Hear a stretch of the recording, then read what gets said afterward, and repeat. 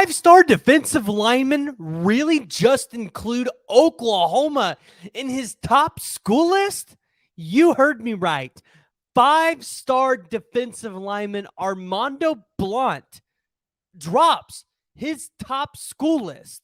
And it not only includes the likes of Miami and Florida State, who are right in his backyard. And by the way, two schools where he's taken some of the most visits, but it's also got the likes of Ohio State, USC, and you heard me right, Oklahoma. And although it doesn't seem like this recruitment is one that Oklahoma can just go out there, win, knock out of the park, if you're an OU fan, you feel really good about being included in a top school list for a guy like this.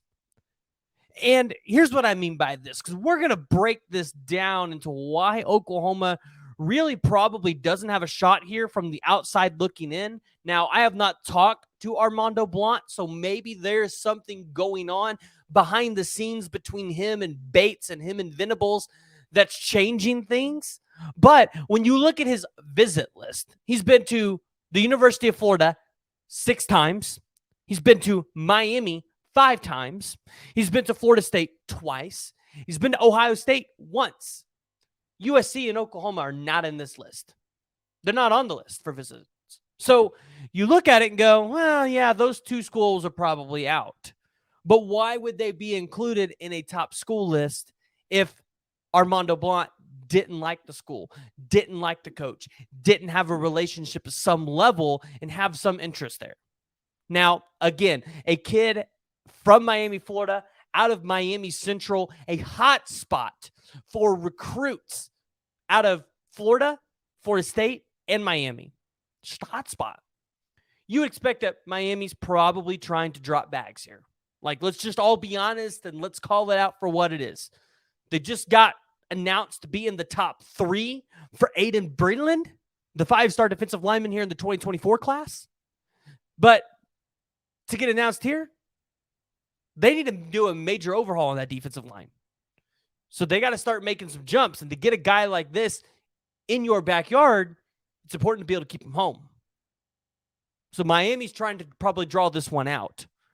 The interesting thing here is, for a 5-star defensive lineman, a guy that potentially could end up as the number 1 player eventually, for him to drop his top 5 now, that makes you wonder. That makes you think, why? You still have almost a whole year. You're a 5-star defensive lineman. Why drop your top 5 now? Are you about to potentially reclassify, or are you just one of these recruits that likes to shut it down really early? Regardless how you look at it, Oklahoma fans should feel excited about being included in the top 3 for the 6'3", 250-pound defensive lineman. But don't give your hopes up. The likelihoods that a guy like this ends up in your class when you haven't even gotten a visit from him, it's going to be hard. It's going to be hard for Oklahoma to win that battle. But Todd Bates, he ended the curse. He got himself David Stone. Maybe something's on the horizon. But I look at the 2025 class as a whole, and I look at some of these guys at the edge position and the defensive line, and I go, Oklahoma can have a really good year. Because we've talked about Gus Cordavo and Alexander Shieldknight, who Alexander Shieldknight's out of Wagner, Oklahoma. And we've talked about C.J. Nixon. But did you guys know about the 4-star edge rusher Jaden Woods out of Shawnee, Kansas? Because we know that Venables likes to make an effort to recruit the state of Kansas and Missouri really well. Then you have Landon Rink, the 3-star defensive lineman out of Cypress, Texas. Remember, we've had him here on the podcast. He has a good relationship with Bates and Chavis.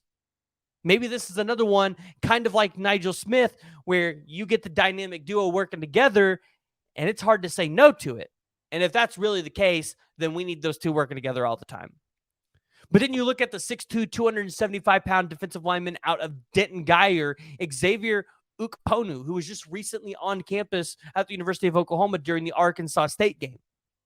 And Xavier Ukponu is a guy that was teammates with Jackson Arnold, Eli Bowen, Peyton Bowen.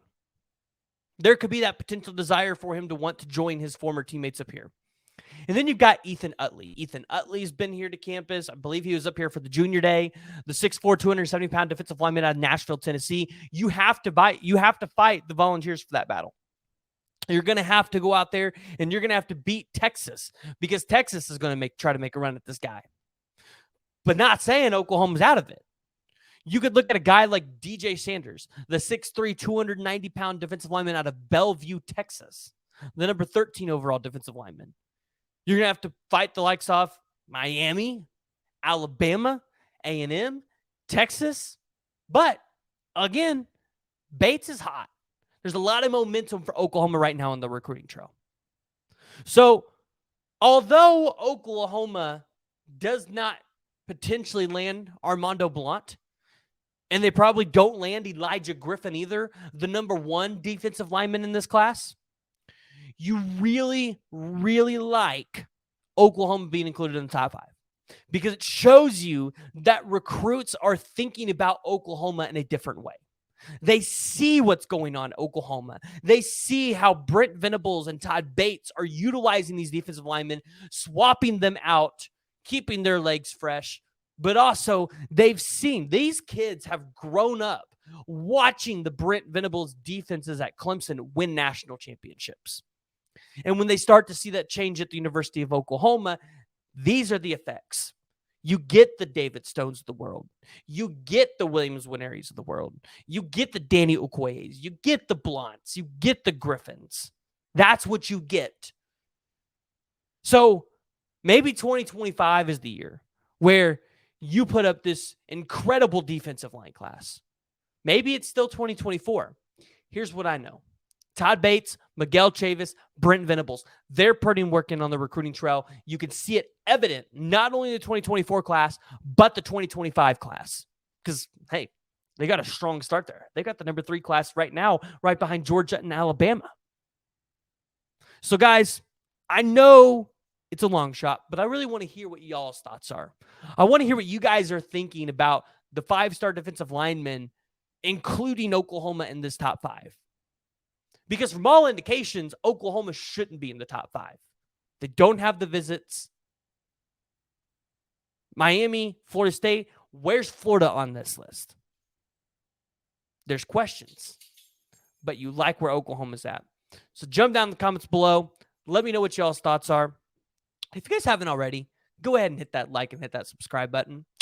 And by the way, do you guys know we're also on the podcast platforms? Apple, Google, or Spotify. And we're trying to grow those. And I would like to have you be a part of it. So hop on over to any of those podcast platforms, wherever you listen to podcasts. Hit that like button. Hit the follow button. Leave me 5 stars and give me a good review. Share it with some friends. Let's blow this thing up. Let's put it out there. Appreciate you guys watching. See you next time. Boomer.